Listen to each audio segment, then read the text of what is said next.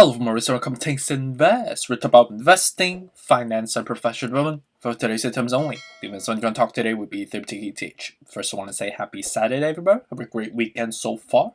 Respect to recording time of 9:10 a.m. on the Eastern Time. Ethereum currently trading $4,376, down about 2.32% so far. On the overall crypto market, it's relatively red today, right? With the lack of sustainable pressure, driving the price to go up from there. We are at the very, very critical level of support for both Bitcoin and Ethereum respectively. For Bitcoin, we are currently $400 away from breaking the $60,000 mark, which is a critical level, right? If we break that, we have some room to fall down to, right? So we'll dive into technicals in a bit, and also just on an early, preliminary perspective, Ethereum right now is currently forming a death cross, which is something we've been, foreshadowing for quite some time now, ever since the surge that we have been incurring for basically the bulk of September, October, and now a little bit of November now. It seems like the death cross has been crossed. And at the same time, we're still at the overbought level. So I think more solve is imminent. So we'll dive into the technicals in a bit to identify what the levels to risk mitigate going forward. So on the news front, I would say, we have some collections of news that are trivial / non-substantive. Some of them might be a little bit more substantive than others. I don't have an objective bias onto prioritizing which one is which. So let's just go through them chronologically. So with respect to the first one, Fortune magazine 2 hours ago talked about offsetting Bitcoin's carbon footprint will require planting 30 million new trees. So this is something that we have been, addressing. That's also one of the reasons why Elon Musk has, mentioned that he didn't want to be, transacting with Bitcoin or, investing into Bitcoin initially because of the lack of environmental efficacy, and also with respect to the China crackdown, right? One of the key, macro factors or the rationale behind China not shutting down all their mines is because of the environmental, hindrance that Bitcoin mining or crypto mining has onto the environment, right? So 300 million trees, that's gonna take forever to cultivate and to grow, and it's gonna need a ton of water at the same time, and land space. So it's something that is worrisome, because that will further worsen the basically the global climate, and further worsening the global warming, and our collective health, right? Pollution is definitely not something we would like to have, right? We do not want to, ingest or breathe in toxins, or, not the best oxygen or the best, weather, the best water supply, the best air supply as well. That would translate into more sickness, right? And it's kind of a graduate, it's like causation effect, and we have to basically solve the core issue, right? The inception part of the equation for us to have that gradual affectation onto the entire world, right? So hindering the global climate, it's definitely something that I find to be troublesome, and it's something that we need to work on it. But yeah, sorry for running off tangent again. But it's something that I feel like, as I'm looking into it more and thinking about it, it's definitely something that is worrisome. It's one of the reasons why Elon Musk thinks that it might make sense for us to colonize to Mars, or find a new planet, because Earth is a slowly dying planet, right? Probably not in our lifetime, but it's probably gonna diminish slowly if we do not do something about it to fix it, right? That's why climate control, that's why he's fighting so hard for EV energy, etc., right? And next one, unfortunately, magazine 14 hours ago talked about crypto. We live in an age of discovery at the dawn of Web 3.0. So I agree with this. It seems like the internet technology or the web technology, is transforming exponentially. Right, 10 years ago, with respect to the internet, it was nowhere as sophisticated or as integrated as now or never. Right, historically, we never really had, like 10 years ago, right? We didn't really have any health tech, fintech, and specifically crypto assets, not as prominently displayed as the way that we're commercializing at the moment right now, right? So I think Web 3.0 is a fair characterization, right? I think with the early inning of it, and I think as we further cultivate, I look forward to seeing how the world is going to transform in the next 10 years, right? When we have already done so much in the last 10 years, right? The world has literally transformed, with just 1 decade, right? And then the next one is on CNBC 15 hours ago. Talk about Solana is up about 17,000% this year. Here's what you should know before investing in Ethereum competitors. So this is an article basically just positioning. This is just position article on Ethereum versus Solana, and basically you could read into it. I don't think it's really that substantive. There's some bias into it. It seems like CNBC is more prone Ethereum than Solana for some reason. So it's kind of feel free to take a read, but with a grain of salt, obviously. And then the last one that we've already talked about yesterday is the Enegra. I think that's how you say it. Migrates digitized equity tokens from Ethereum to Polygon blockchain. This is something that this Malaysian firm is doing, basically shifting their tokens to a different platform. And then another one that we also see in this article mentions about the DeFi project BZX hacked again for a report of 55 million, which is something we've talked about yesterday.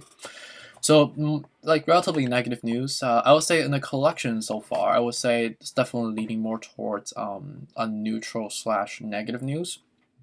So let's just dive into the technicals. Is also one of the reasons why we're negative right now. So as you can see, Ethereum right now is crossing down. So we form a def cross, and right now we basically try to hold on to the ledge, right? And I think ideally testing the 4285 as a first level because it matches with this mega green candle. But if we break that, we will go down to the 3843, right? Basically, this is going to be contingent on how Bitcoin is sustaining. If Bitcoin doesn't sustain about 60K, we will have some way to go. With respect to our side, we still at the 60 out of 70. And I think we have some room to go down to. So 3845, 3475 would be the next technical levels to go down to. So come down here all the way to 3845, 3475, 3150. If these are the next technical risk management levels. With respect to Bitcoin, we are still negative, right? You can see that we've been dragging down the momentum for a while now, right? We have not seen any bullish pressure yet, right? We have sell down from the $67,000 level, currently hovering above the $60,000 500 to basically stay above it. But if we break that, right, we're gonna crash to the 58, which is the first resistance level.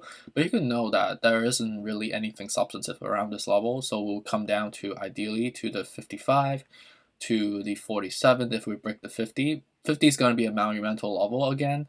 But if we break that, because of the fact that you do have a big leap, right? So if we break this level, 56, 55, you break it all the way to the 48 if we crack the 50, right?